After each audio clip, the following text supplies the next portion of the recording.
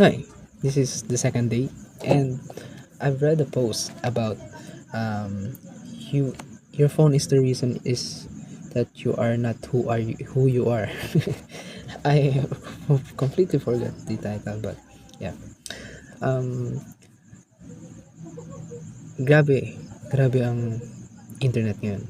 Like sa Instagram and TikTok, yung mga reels, it's like ano grabe ang relate nito and hatak nito sa personality mo, sa ano, sa sarili mo, sa mga viewers nito, sa mga gumagamit nito.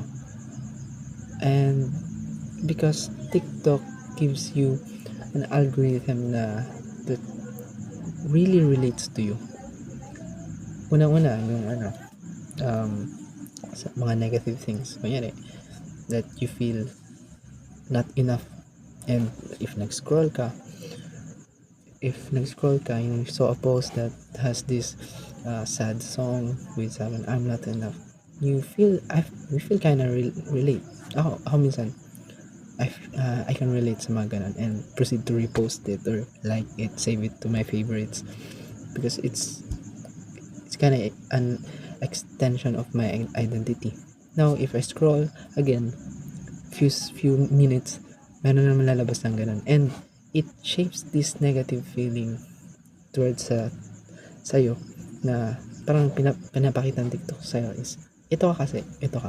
And further na nawi-witness mo yung ganun, na-affirm mo yan sa sarili mo, which is, I would say, dangerous.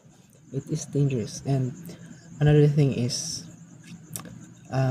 we've lost yung, we've lost our ability to curate what we want, what we want, what we are as sa sarili natin. Kasi, TikTok and other internet, mga trends, is greatly affecting social aspect and how we dress, how we perform. You know, yung alam mo yung mga performative males, ganun, performative thought daughter. Yeah, how we dress, how we present ourselves, how we choose to live in the daily basis, mga slangs, 'di ba? And ang ginagawa nito is even sa music, ginagawa nito is nawawalan tayo ng authenticity sa sarili natin. Kung napapansin ninyo is most people have the same kind of clothes, which most people have the same kind of aesthetic, which is not bad, I would say. It's not bad, but sometimes, kasi ito yung trend, di ba? We sometimes conform sa kung ano yung nagugustuhan ng tao, kung ano yung current trend. But it fails to we fail to curate something na completely authentic sa atin. Like, for example, susuotin mo yung isang bagay kasi you really like yung aesthetic nito, yung color nito, it resonates really with you. But not because ganyan yung uso ngayon, na ganyan yung current trend, yan yung bibigyan ng compliment ng maraming tao, yung mga ganung bagay. Even sa music, na sabi ko kanina na sa pagpili ng music, ako dati, I've been finding music na really suit sa akin nung medyo bata-bata pa ako.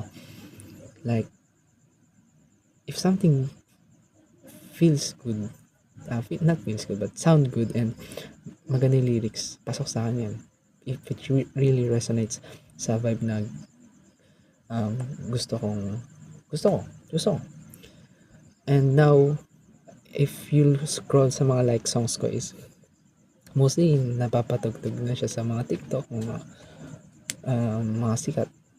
But although some are gems na yes, maganda naman talaga kasi nakakamiss lang talaga yung yung notion ng paghahanap ng mga bagay na truly resonates with us. And that's one of the things that I plan to be better at, and to understand myself more. Yun lang.